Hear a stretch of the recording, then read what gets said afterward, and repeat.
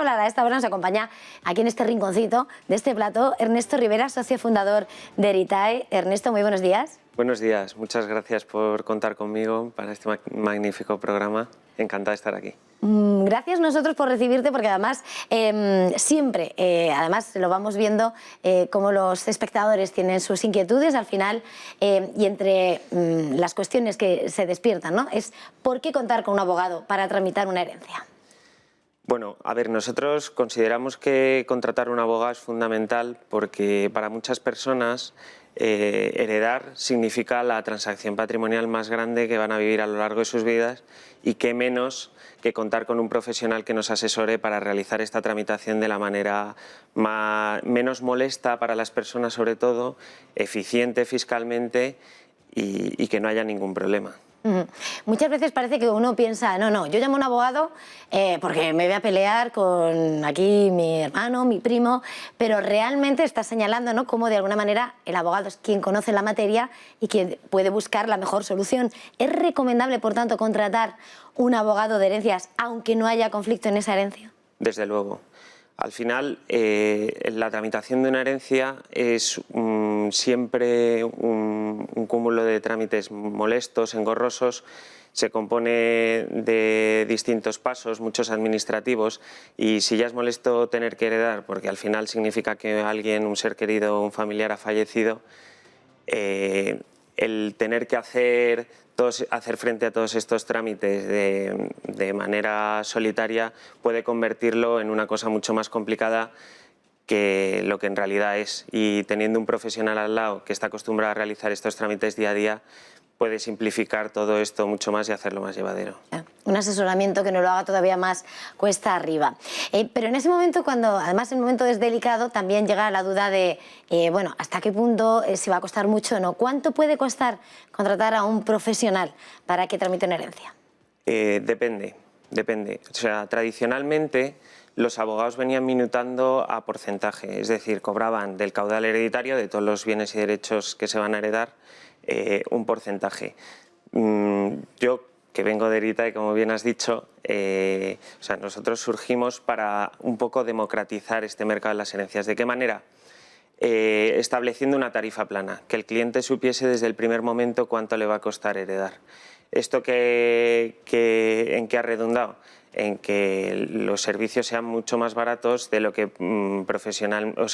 tradicionalmente venían siendo. ¿Por qué? Porque nosotros lo que hemos hecho es desarrollar un software empleando tecnología para eliminar todas aquellas tareas que no eran necesarias que realizase un ser humano. Esto redunda en ahorro de tiempo y, por tanto, en ahorro de costes. La tecnología, una vez más, ayudando, ¿no?, en esa labor. Los que no sabemos a lo que nos enfrentamos, no somos expertos. Cuando uno va a llevar a cabo esta gestión, ¿en qué consiste exactamente la tramitación de una herencia? A ver, la tramitación de una herencia, a grandes rasgos, se puede dividir en dos fases, o a mí me gusta dividirla en dos fases.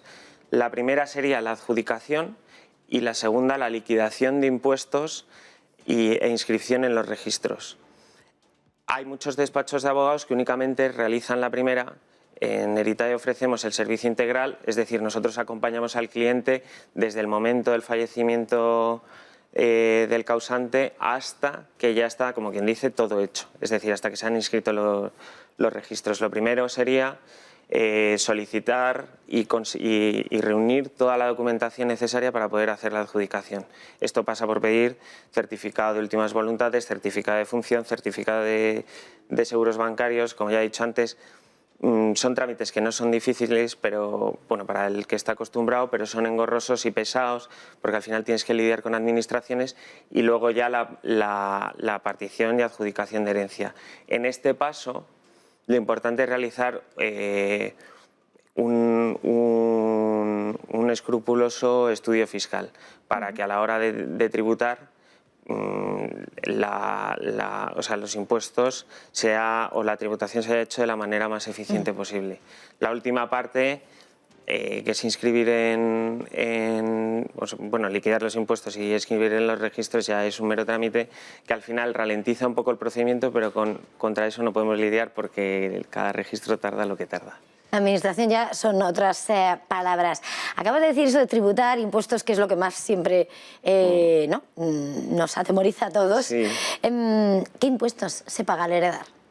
Sí, bueno, es verdad que es lo que más atemoriza. De hecho, este último año se ha batido el récord de renuncias de herencias en toda la historia de España, y un poco viene derivado de eso, de que hay gente que es incapaz de hacer frente a los impuestos que representa una herencia. Fundamentalmente son dos impuestos.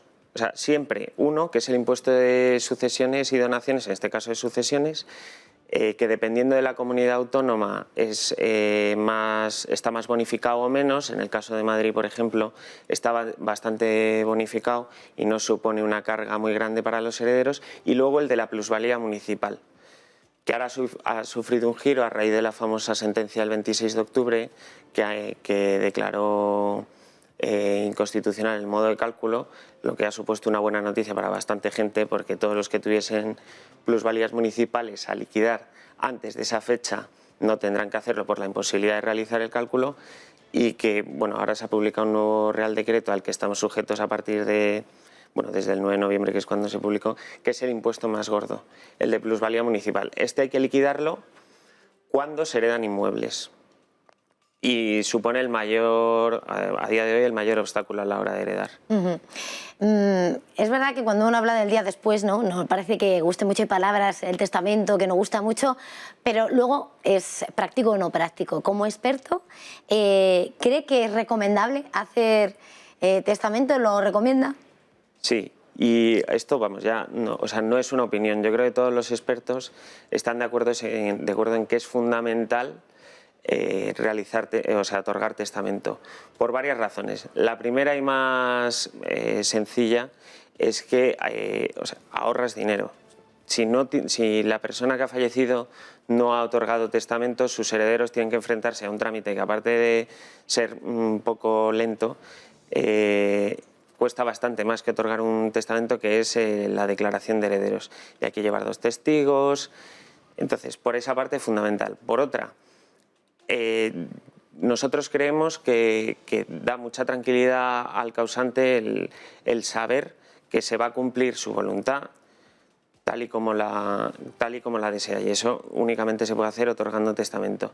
Además de todo eso, nuestra experiencia es que también evita problemas. O sea, en el momento en que una persona ha dejado dispuesto cómo se tiene que repartir su matrimonio, su patrimonio, perdón, cuando falte, evita problemas, porque evita discusiones, porque no da pie a que alguien opine, pues yo creo que esto papá o mamá quería que me tocase a mí, o lo que sea. Las cosas claras. Ahí la letra queda clara. Ernesto Rivera, socio fundador de Eritae, muchísimas gracias por ayudarnos a entender bueno, lo que es ese momento, esos momentos para la herencia y lo que mejor podemos hacer. Un placer haberle tenido aquí en Negocios Televisión. Igualmente, muchas gracias, a vuestra disposición.